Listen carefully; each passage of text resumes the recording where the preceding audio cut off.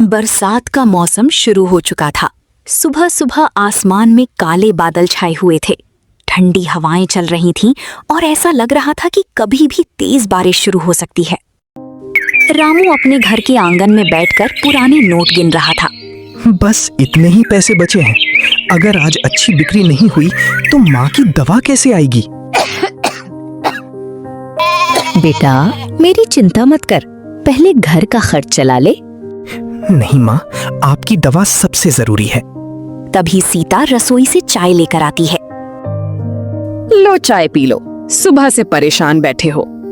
क्या करूं सीता, हर दिन खर्च बढ़ता जा रहा है। तुम मेहनत करते रहो, भगवान जरूर मदद करेंगे। रामू हल्की मुस्कान के साथ चाय पीता है और फिर अपना सामान लेकर स्टॉल की ओर निकल पड़ता है। गांव के बाहर सड़क किनारे रामू का छोटा सा चिकन स्टॉल था। उसने कढ़ाई चढ़ाई और मसाले तैयार करने लगा। आसमान में बादल और गहरे होते जा रहे थे। लगता है आज बारिश जल्दी शुरू हो जाएगी।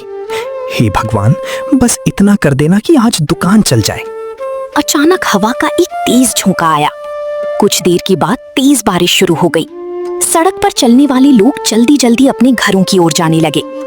तभी पहला ग्राहक स्टॉल पर पहुंचा। रामू, एक प्लेट गर्मा गर्म चिकन देना।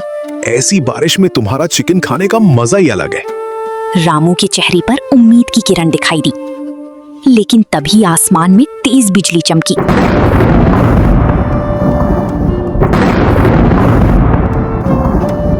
बारिश अचानक और तेज हो गई। रामू चिंतित नजरों से अपने कमजोर स्टॉल को देखने लगा, क्योंकि उसे अंदाजा नहीं था कि यही बारिश उसकी जिंदगी बदलने वाली है। शाम होते होते रामू के स्टॉल पर ग्राहकों की भीड़ लगी थी। तेज बारिश में भी लोग दूर दूर से रामू की कढ़ाई चिकन खाने आते। देखो भाई रामू, इतनी तेज बारिश में भी तुम्हारा स्टॉल कैसे चल रहा है? सुबह से तुम्हारे स्टॉल पर भीड़ है। भाई, मेरे कढ़ाई चिकन की बात ही अलग है। इसका स्वाद लोगों को खींच ही लेती है। तभी बारिश और तेज हो गई, बिजली भी चमकने लगी।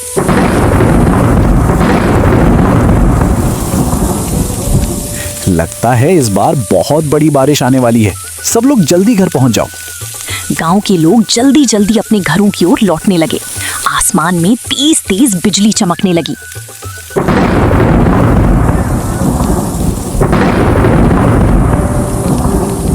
बारिश और तेज होते जा रही थी। रामू अपने स्टॉल पर खड़ा बारिश को देख रहा था। हे भगवान, मेरा स्टॉल बचा लो, यही मेरे परिवार का सहारा है। लेकिन अगले ही पल और भी भयंकर तूफान आया और पूरा स्टॉल टूटकर जमीन पर बिखर गया। कढ़ाई पलट गई, मसालों के डिब्बे पानी में बह गए और चारों तरफ तबाही फैल गई। हे भगवान, मेरी सारी मेहनत, सब कुछ खत्म हो गया। अब मैं घर पे क्या जवाब दूंगा? रामू बारिश में भीगता हुआ अपने टूटे हुए स्टॉल के सामने खड़ा रह गया। उसकी आंखों से आंसू बहने लगे। रात को वो आंखों में बेबसी और चेहरे पर उदासी के साथ घर आया। माँ और सीता उसकी हालत देखकर समझ गईं कि कुछ बहुत बुरा हुआ है। रामू, क्या हुआ? रामू कुछ पल चुप रहा, फिर उसकी आंखों से आंसू निकल पड़े। सब खत्म हो गया सीता, बारिश ने मेरा पूरा स्टॉल तोड़ दिया। ये सुनकर घर में सन्नाटा छा गया। बेटा, हिम्मत मत हार, मुश्किल समय हमेशा नहीं रहता। लेकिन माँ, हमारे पास नया स्टॉल बनाने के लिए पैसे भी नहीं हैं। कोई ना कोई रास्ता जरूर निकलेगा। भगवान एक दरवाजा बंद करते हैं तो दूसरा खोल भी देते हैं। रामू ने कोई जवाब नहीं दिया। वो चुपचाप बैठा रहा। उस रात पूरे गांव में सन्नाटा था। छत पर गिरती बूंदों की आवाज पूरे घर में गूंज रही थी, लेकिन रामू की आंखों में नींद नहीं थी। वो चारपाई पर लेटा छत की ओर देख रहा था। उसकी मन में बार बार अपने टूटे हुए स्टॉल की तस्वीर आ रही थी। अगर मैं हार गया तो मेरा परिवार भूखा रह जाएगा। अचानक उसके दिमाग में एक अनोखा विचार कौंधा। अगर ऊपर बारिश से बच नहीं सकता तो नीचे क्यों नहीं जाऊं? बारिश ऊपर चाहे जितनी हो, लेकिन जमीन के अंदर मेरा स्टॉल सुरक्षित रहेगा।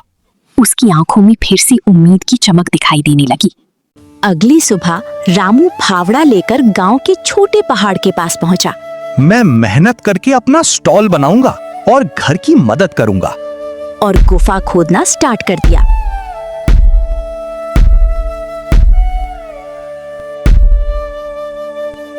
देखो देखो, ये जमीन में दुकान बनाएगा।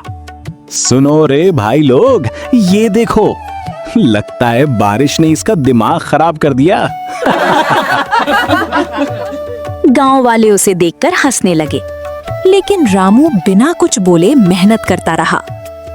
दिन रात मेहनत के बाद जमीन के अंदर एक बड़ी गुफा तैयार हो गई। उसने अंदर ईंटें लगाईं, लकड़ी की मेजें रखीं और सुंदर लाइटें लगा दी। गुफा के बाहर उसने एक बड़ा बोर्ड लगाया। बोर्ड पर लिखा था, गुफा वाला स्पेशल कढ़ाई चिकन। बारिश फिर शुरू हो गया था।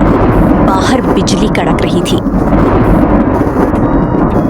लेकिन रामू अपनी नई गुफा के अंदर कढ़ाई में चिकन पका रहा था। मसालों की खुशबू पूरे इलाके में फैल रही थी।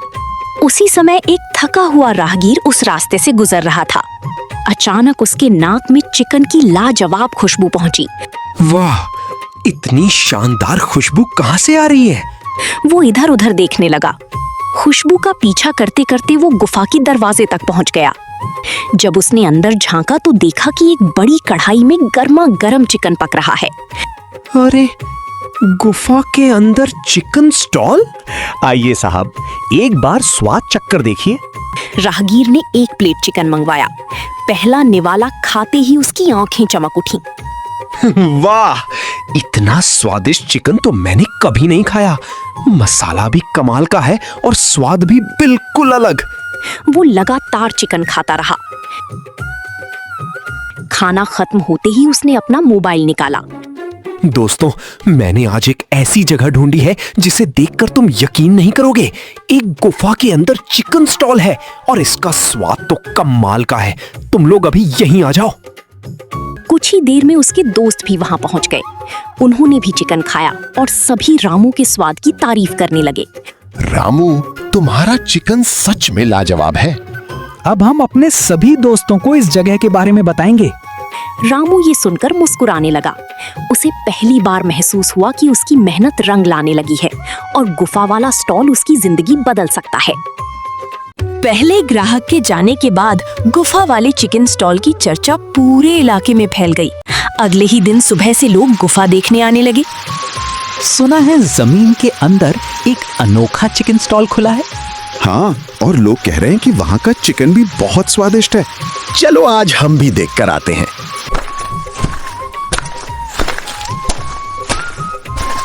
सभी लोग गुफा के अंदर पहुंच गए। अंदर का नजारा देखकर सब हैरान रह गए। वाह, बाहर बारिश हो रही है और अंदर बिल्कुल आरामदायक माहौल है। रामू भाई, एक प्लेट चिकन देना। अभी लाया साहब, गर्मा गर्म तैयार है। कुछ देर बाद सभी चिकन खाने लगे। इतना स्वादिष्ट चिकन तो मैंने कभी नहीं खाया। और सबसे अच्छी बात यह है कि बारिश में भी आराम से बैठकर खा सकते हैं। कुछ ही दिनों में रामू का स्टॉल इतना मशहूर हो गया कि गुफा पूरा ग्राहकों की भीड़ से भरा पड़ा है। और भीड़ इतनी ज्यादा थी कि गुफा के बाहर भी लाइन लगने लगी। बारिश लगातार हो रही थी, फिर भी लोग छाते लेकर लाइन में खड़े थे। मैं 2 घंटे से लाइन में खड़ा हूँ। मैं तो दूसरे शहर से आया हूँ, बिना चिकन खाए वापस नहीं जाऊंगा। इतनी बारिश में भी यहाँ इतनी भीड़, सच में कमाल है। गुफा के अंदर रामू, सीता और उसकी माँ तेजी से काम कर रही थी। रामू, आज तो सारा चिकन खत्म हो गया। जिस दिन बारिश ने मेरा स्टॉल तोड़ा था, उस दिन लगा था सब खत्म हो गया। लेकिन बेटा, तुमने हार नहीं मानी। और आज देखो, वही बारिश लोगों को तुम्हारी गुफा तक खींच कर ला रही है। मुसीबत आने पर रोना आसान है, लेकिन नया रास्ता ढूंढना बहादुरी है।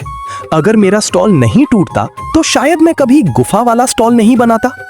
बाहर बारिश की बूंदें गिर रही थी, लेकिन गुफा के अंदर रामू की मेहनत और सफलता की चमक दिखाई दे रही थी। रामू गुफा की बाहर खड़ी लंबी लाइन को देखने लगा। मैंने कभी सपने में भी नहीं सोचा था कि ऐसा दिन आएगा। सीख: मुसीबतें अक्सर हमारे सपनों को तोड़ने नहीं बल्कि उन्हें नए रूप में बनाने आती हैं। जो इंसान हार नहीं मानता, सफलता उसका रास्ता खुद ढूंढ लेती है।